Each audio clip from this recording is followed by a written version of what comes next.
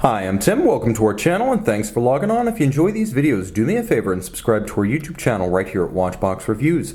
I would really appreciate it, and I promise to update daily. If you love this watch, you can see it and you can purchase it on our website, thewatchbox.com. And today we are discussing a lovely 2012 Breitling Navitimer Cosmonaute, a timepiece in tribute to Scott Carpenter and Mercury Atlas 7, his flight into space, in which he made the Breitling Cosmonaute famous as his personal watch during the mission. The timepiece on my wrist is an interesting 43mm stainless steel 24-hour dial with a manual wind Breitling in-house B02 caliber. On my 16cm circumference wrist, this Aurora 7 Tribute is a 43mm watch, but only at the edge of the bezel. The case itself is actually more compact. The watch, if you include the solid end-link profiles of the bracelet, stretches 50mm across the wrist. I can actually recommend this watch because it is effectively smaller than a 43. I can recommend this watch for wrists as small as 14.5cm circumference. Because of the manual wind, it's not as thick as a conventional Breitling. It's only 13.8, and the spacing between the lugs is a nice modern and broad 22, so the watch has a nice contemporary stance and a planted feel for a 43. It's a good proportion at the lugs. The bracelet, as you can see, is the 7-link Navitimer style. It's all of high polish, which feels very Breitling, but at the same time, it also fits the watch well because the many individual small links make this a comfortable bracelet on the wrist.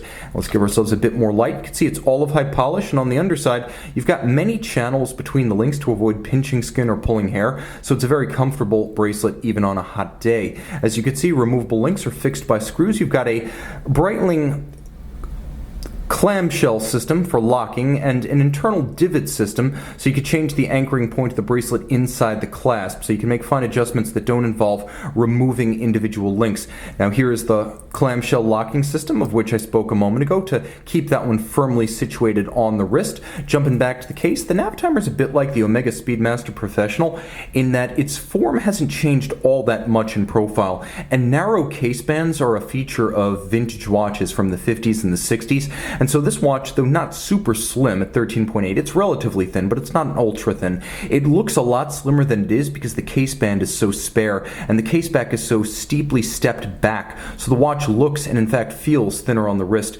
The ends of the lugs are beveled and squared off, and you have pump style vintage inspired pushers with the Breitling B logo on the crown. The calculator bezel is sharply knurled, and you can see that you use the calculator bezel essentially as a multiplication and division device.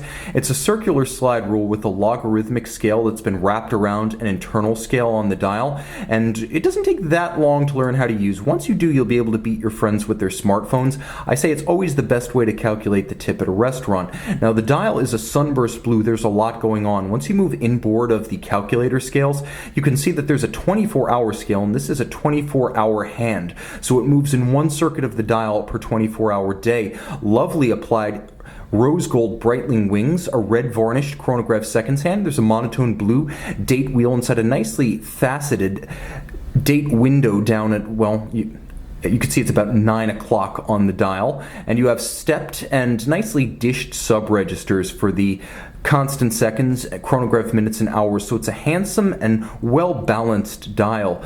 Powered by the vertical clutch column wheel caliber B02. Thanks to the vertical clutch, you can leave the chronograph engaged full-time with no additional wear and tear to the movement. And you can see again, thanks to the vertical clutch, there's no jump or stagger when you start the watch. The seconds hand simply commences. Vertical clutches are very precise with no play. Thanks to the column wheel, you feel a very crisp report, and you hear it when you actuate the chronograph system. Of course, the bezel is bidirectional. The chronograph has very good pusher feel. It's on par, I would say, with the Zenithal Primero caliber 400 and the Rolex 4130 as two of the standards for feel in the industry.